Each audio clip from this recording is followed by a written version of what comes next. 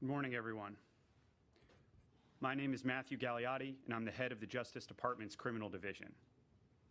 Thank you all for joining us today as we announce the largest coordinated healthcare fraud takedown in the history of the Department of Justice. Today marks a decisive moment in our fight to protect American taxpayers from fraudsters and to defend the integrity of America's healthcare system.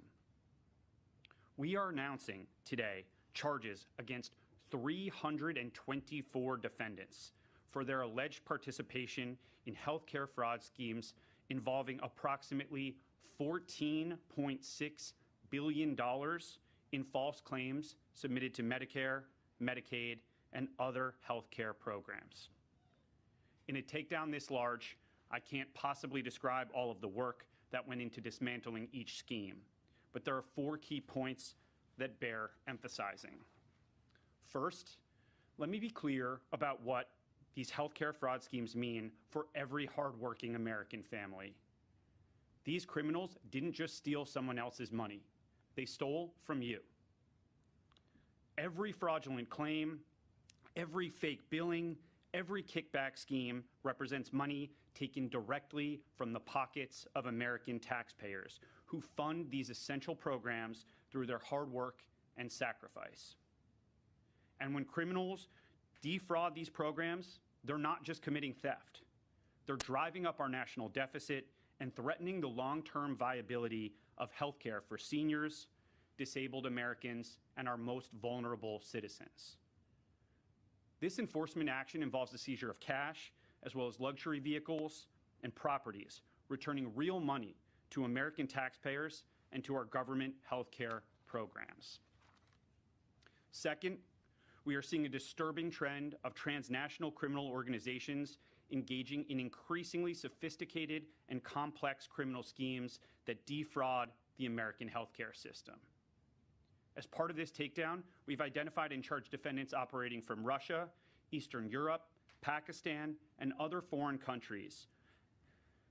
These individuals have infiltrated our healthcare system to steal American taxpayer dollars.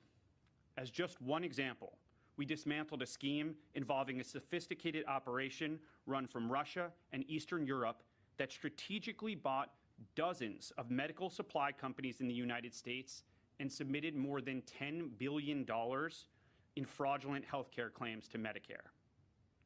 To make matters worse, these perpetrators used the stolen identities of more than 1 million Americans spanning all 50 states to perpetrate this scheme and submit these false claims. But I'm pleased to report that federal agents intercepted and arrested key members of that organization at U.S. airports and the U.S.-Mexico border, cutting off their intended escape routes. The days of transnational criminal organizations using the American healthcare programs as their personal piggy bank are over. Third, this takedown resulted in criminal charges against 74 defendants, including medical professionals who fueled America's deadly opioid crisis for personal profit. These are not isolated instances of poor judgment.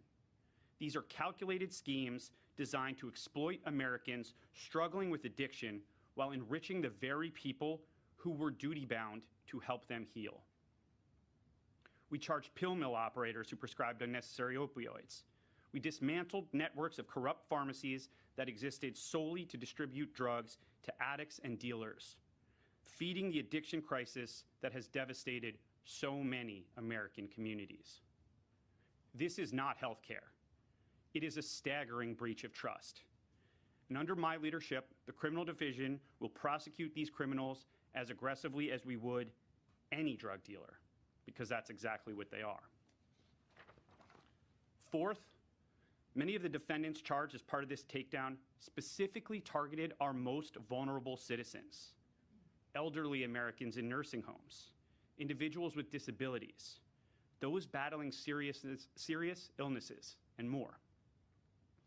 For example, our prosecutors charged 7 defendants, including 5 medical professionals, in connection with approximately $1 billion in fraudulent claims to Medicare and other healthcare benefit programs for performing medically unnecessary skin grafts on dying patients as they were seeking to spend their final days with dignity and peace. That conduct is exactly as callous and disturbing as it sounds. Patients and their families trusted these providers with their lives. Instead of receiving care, they became victims of elaborate criminal schemes.